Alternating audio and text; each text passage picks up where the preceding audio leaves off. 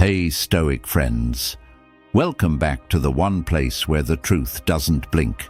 This isn't another video for the masses who want to skim the surface. This is for the ones who want to see the darkness lurking under the glossy surface of polite smiles, back-patting compliments, and hollow friendships. If you've come for comfort, this isn't it. But if you've come for something real, something that cuts straight to the heart, you're exactly where you need to be.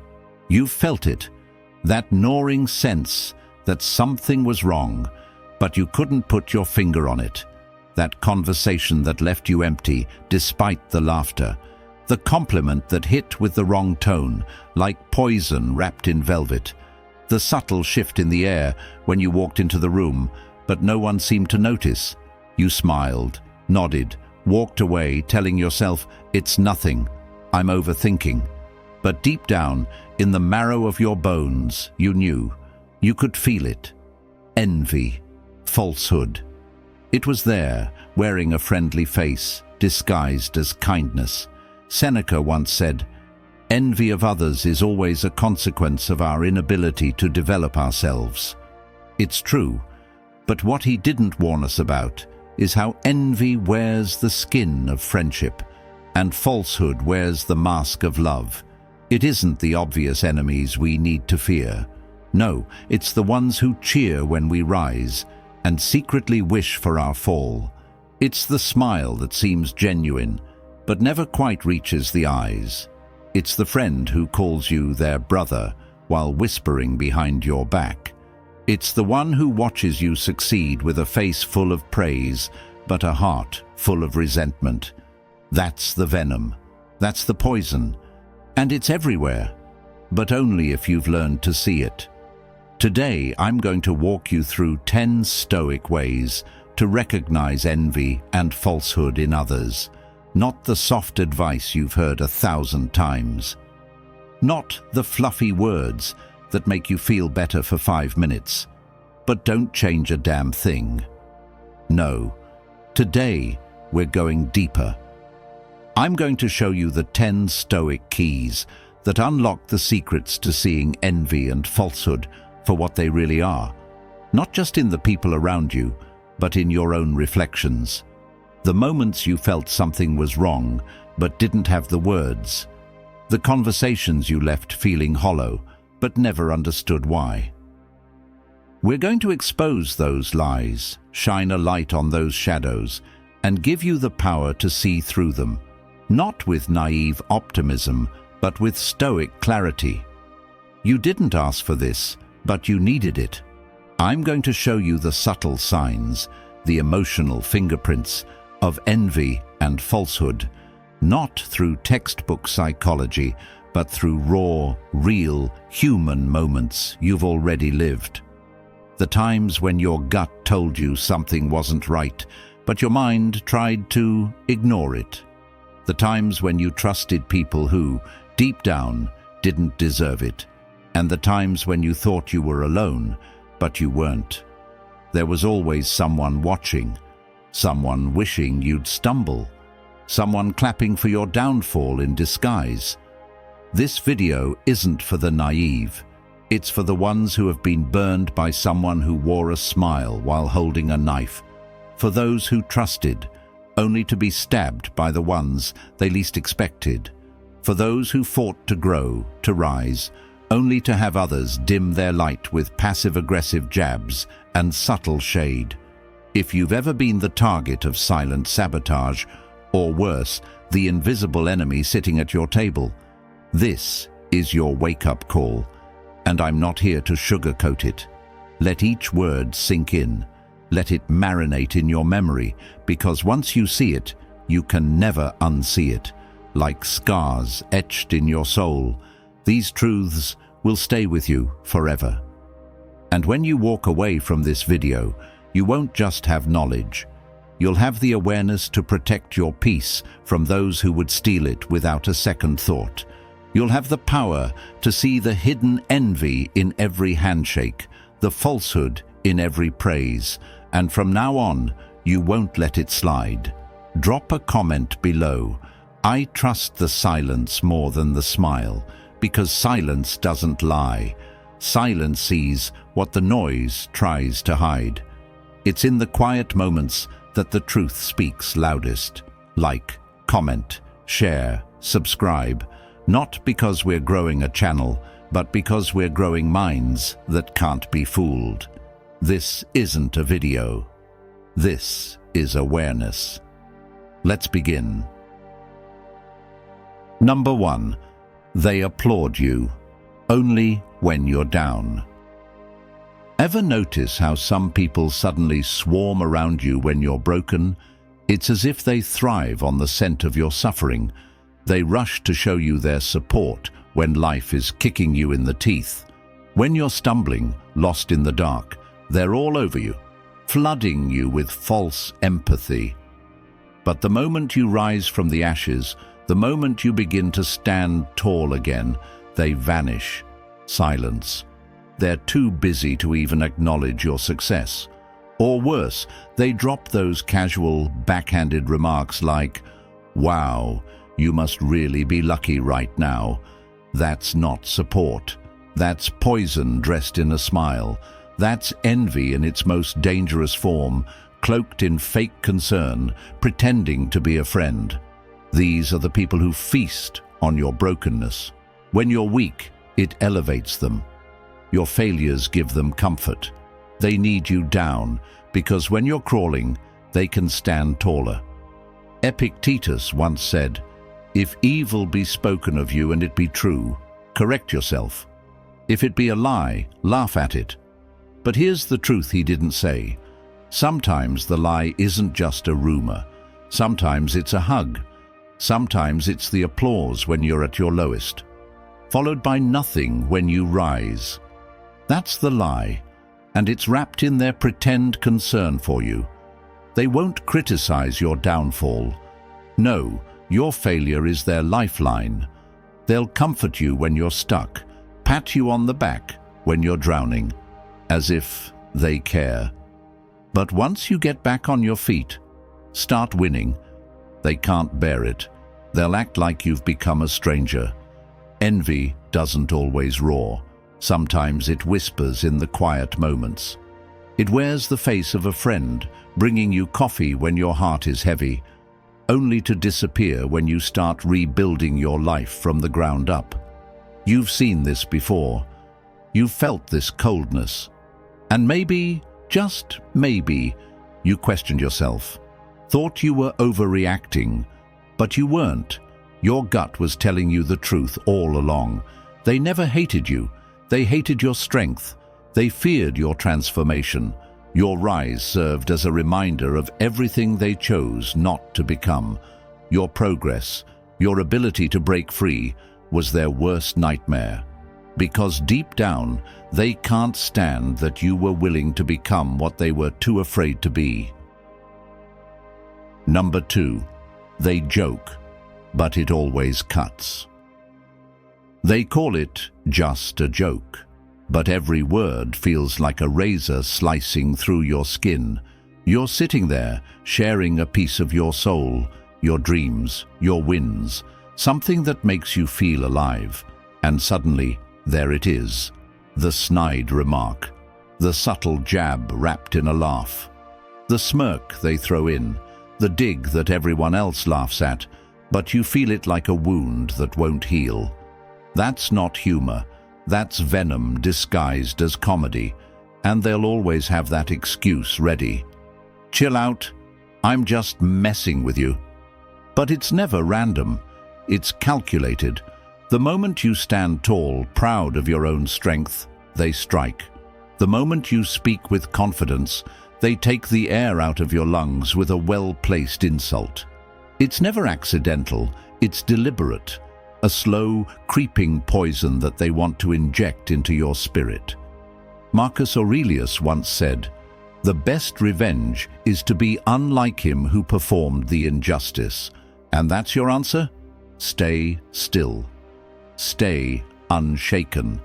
Let their venomous words bounce off you, because while they use humor to diminish, you use silence to reveal the truth, the reality. People who constantly joke at your expense aren't trying to make you laugh. They're trying to tear you down. Your strength, your confidence, your light, it all burns them. Your success makes their inner demons scream louder. So they mask their envy behind a joke, hoping it will make you feel small, hoping it will get you to shrink back into the shadows. But here's the truth you've learned. You don't flinch anymore. You've been through enough to see past their disguise. You hear the bitterness in their voice. You see the jealousy hiding behind their smile. Every joke they make is a dagger wrapped in humor. And now you know it. They want you small. They want you weak. They want you to doubt your worth. They want you to shrink to a size they can handle. So, next time they throw that joke, don't react. Don't give them your energy. Don't explain. Don't defend. Just look them straight in the eyes and smile. That smile, that's your power. It's a reminder that their words don't matter, and your strength is unstoppable. Your confidence is unshakable. And no one, no matter how clever their jokes, can take that from you. Number 3, they imitate you, but never acknowledge you. They watch you, study you. They copy your every move, your style, your words, your energy. Your very essence seems to have become their blueprint. Sometimes, even your life decisions become their new direction. But here's the cruel twist. Not once do they give you credit. Not once do they admit, "You inspired me." Instead, they act like they've just stumbled upon these revelations on their own. You post something bold, something raw. Then, weeks later, they share a message strikingly similar. You open your heart, reveal your passion, and suddenly, they're the self-proclaimed expert on it. But do they acknowledge you? No, they just wear your skin and pretend they crafted it from their own hands. That's not admiration. That's a quiet war of competition, fought in silence. Envy doesn't always shout in your face. Sometimes it wears the mask of imitation, sneaking in like a thief in the night. Those who envy you the most don't tear you down with insults. They try to become you. They step into your shoes and wear them like they were born to fill them. But here's the thing. They can never walk your path. They can copy your surface, but they will never capture the essence of who you are. The Stoics had a name for this, fantasia, a false reality created to impress the world. They warned us, live by nature, not by imitation. The imitator has lost the ability to confront their own truth. They are forever chasing shadows, unable to stand in the light of their own authenticity. But here's why it cuts deeper than the copying. You didn't just want their acknowledgement, you wanted their genuine support. You were ready to share your fire with them, to let them bask in your success. You weren't afraid of your own shine, but they were. They weren't brave enough to stand in their own light, so they latched onto yours, studying every detail to replicate it. And that's where the sting cuts deepest. Not from the imitation itself, but from the hollow space that follows. The silence, the absence of recognition, no gratitude, no acknowledgement. Just the bitter sting of envy wrapped in the cold skin of imitation. You deserve people who recognize your light, not those who steal it to create their own dim shadow. Let them copy.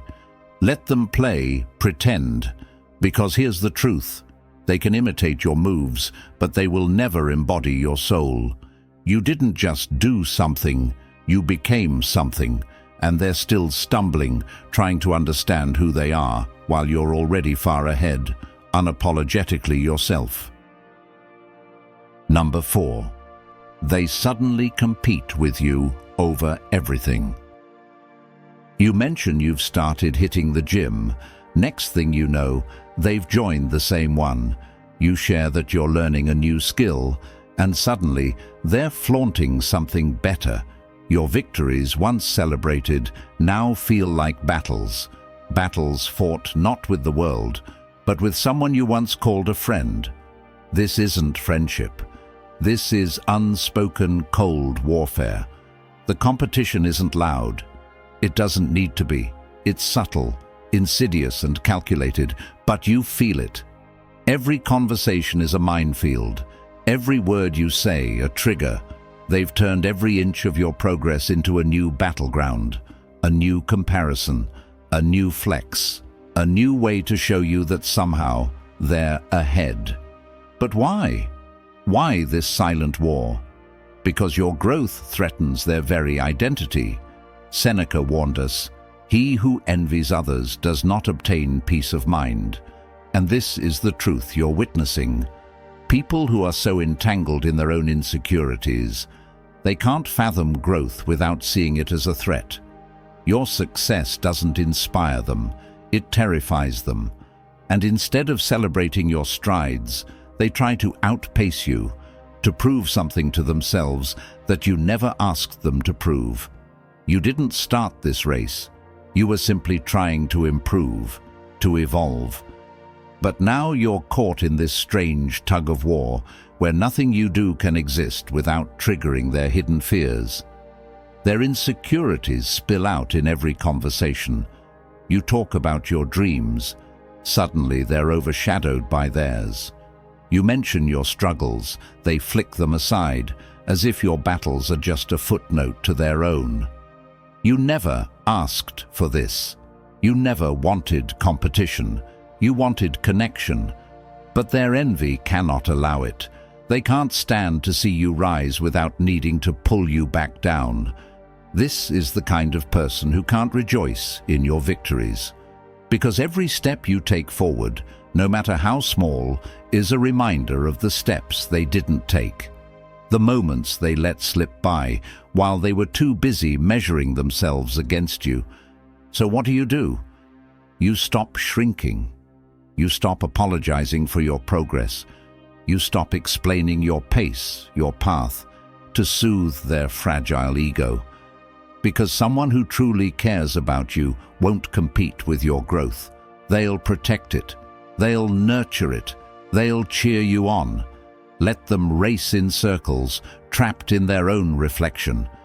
You're walking a path they'll never understand, because your journey wasn't about being ahead.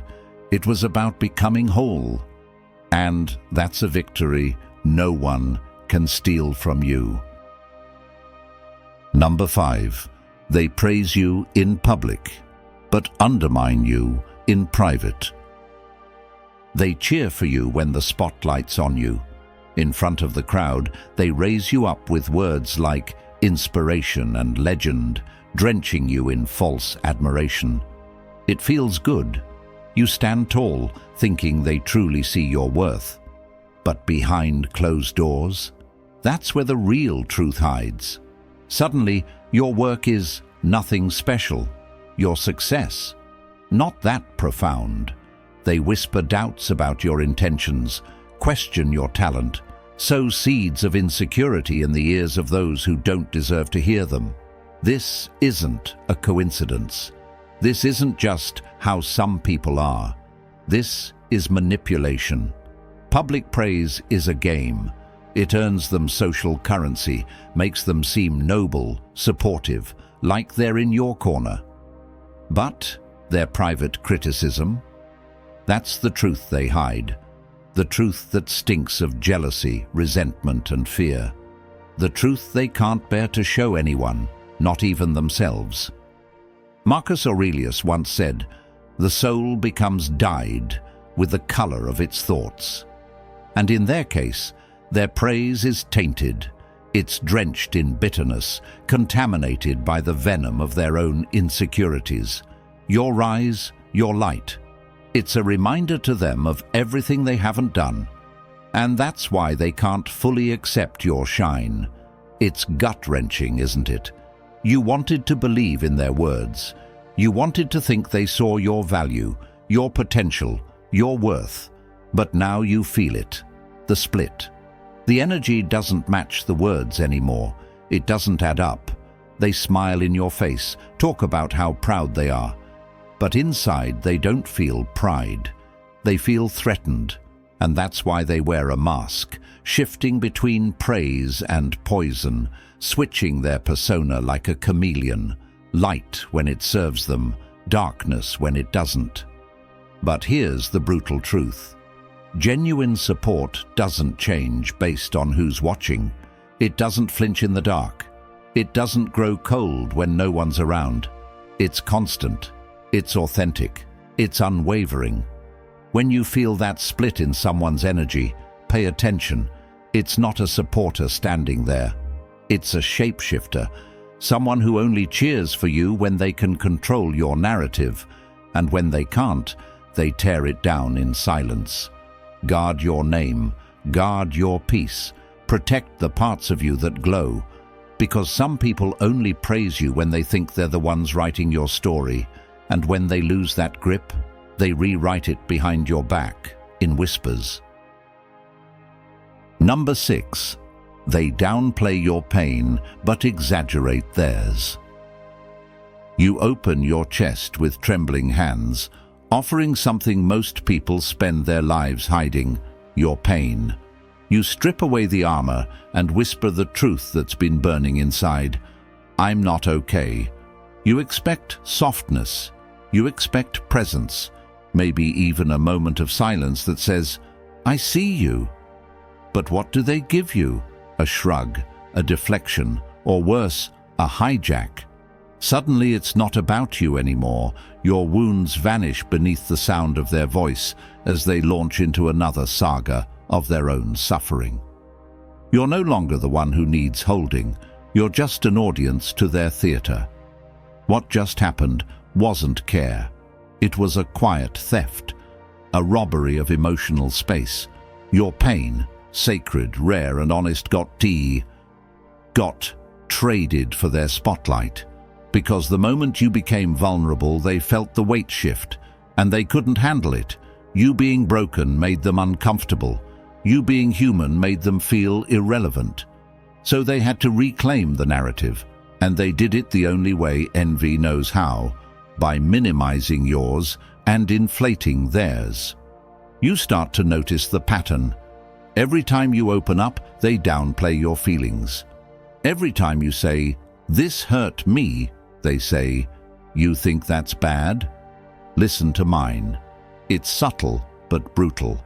And the message sinks in. Your emotions are too small to matter unless they're being used as a bridge to theirs. This isn't emotional support. It's emotional colonization. You bled. They built a castle on top of it. Epictetus once said, "It is more necessary for the soul to be cured than the body." But you can't heal around people who treat your pain like an inconvenience. These are the types who want to keep you flat, smiling, simple, predictable. Because when you show depth, it rattles something in them. It reminds them of the parts of themselves they've buried. So they smother you back into silence, dressed as conversation. Your pain is not a stage for someone else to perform on. It's not a side note. It's not a competition. It's a cathedral, and only those who walk in with reverence deserve to witness it. So, if someone keeps shrinking your sorrow just to inflate their own, walk away. Let them drown in their echo chamber. You've got healing to do, and it doesn't require applause, just truth. Number 7. They use jokes to humiliate you. The room erupts in laughter, but your stomach drops.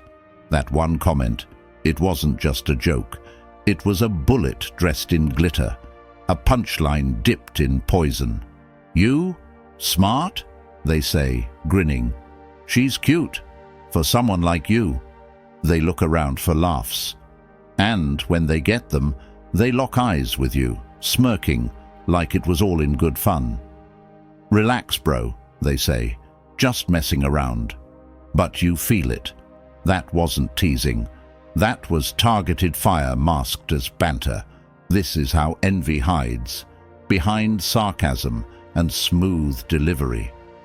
They don't have the courage to confront their own bitterness, so they slip it into sentences and serve it with a smile. It's not comedy, it's cowardice. Because when someone wants to wound you but keep their hands clean, they make you the punchline and call it affection. Laughter becomes the weapon of choice for those too fragile to be honest. They camouflage their jealousy with humor, hoping you'll be too embarrassed to call it out. Because if you react, if you flinch, get quiet or defend yourself, suddenly you're the problem. You're too sensitive. Don't take everything so seriously, but sensitivity isn't weakness. It's radar. It's the soul's alarm system telling you that a boundary's just been violated. Marcus Aurelius said, "The best revenge is to be unlike him who performed the injury." That's your edge. You don't need to fire back. You don't need to lower yourself to their level, but you do need to see clearly. When someone turns you into the punchline again and again, they're not joking, they're bleeding, and they want to stain you with it. Real humor uplifts, it connects, it makes people feel seen, but their version, it isolates, it shames. It's a stage for their insecurity to perform, and you're the unwilling prop. The truth is, they can't handle your glow, so they throw shade with a grin, and the world might laugh with them. But your spirit knows better, so protect your dignity like it's sacred, because it is. When their voice turns into daggers disguised as jokes, walk away with your head high. Let them joke, let them perform. You're not the clown, you're the mirror, and what they see in you is everything they hate in themselves. Number 8. They mirror your emotions, but never your integrity. They know your language. They speak in your rhythm, cry when you cry, nod when you ache. They echo your sorrow, mimic your passion, shadow your storms like they've lived them. But the moment truth demands action, the moment loyalty calls and character is tested, they vanish. Not slowly, not subtly, like smoke when the light hits it. This is the most dangerous kind of imitation, not because it's loud, but because it's intimate, because it doesn't knock. It crawls in, quietly, cloaked in empathy, wrapped in the scent of someone who gets you. And that illusion, it becomes a drug. You start believing, this one feels like home. But what you mistook for soul connection was just a reflection in a cracked mirror. You're not looking at someone who loves you. You're looking at someone who studied you, memorized your wounds, adopted your rhythms, matched your shadows to stay close. But they don't carry the weight. They don't bear the values. They're actors on a stolen stage, mouthing words they don't believe in, just to keep your fire from going where they can't follow. Epictetus said, "First say to yourself what you would be, and then do what you have to do." But these people never become. They borrow. They don't build identities. They collect costumes. And when the play gets real, when truth enters the room and asks for proof, they crumble. Because they were never the thing they pretended to be. They were a reflection, waiting for the light to expose them. They celebrate your sadness because it keeps you small. But the moment you rise, with clarity in your chest and standards in your spine, they recoil. Your healing makes them nervous. Your strength makes them silent, because your integrity is something they can mimic, but never maintain. This isn't a falling out. It's a revelation. Not everyone who feels like you is built like you. They can wear your emotions like outfits, but they can't hold your code, your truth, your honor. And once you see it, you don't unsee it. You stop clinging. You stop explaining. You stop handing out mirrors to people who only want your reflection, not your reality. Because you don't need more echoes. You need anchors. People who don't just feel what you feel, but live what you live. People who don't just speak your storm, but stand in it. Number 9. They vanish when you succeed. You finally made it past the storm. You broke through. You earned the win, the kind that doesn't just silence your doubts, but silences every room you ever cried in. And yet, their voice? Missing. Their name? Nowhere. The same people who lingered around your wounds suddenly turn into shadows when you start to shine.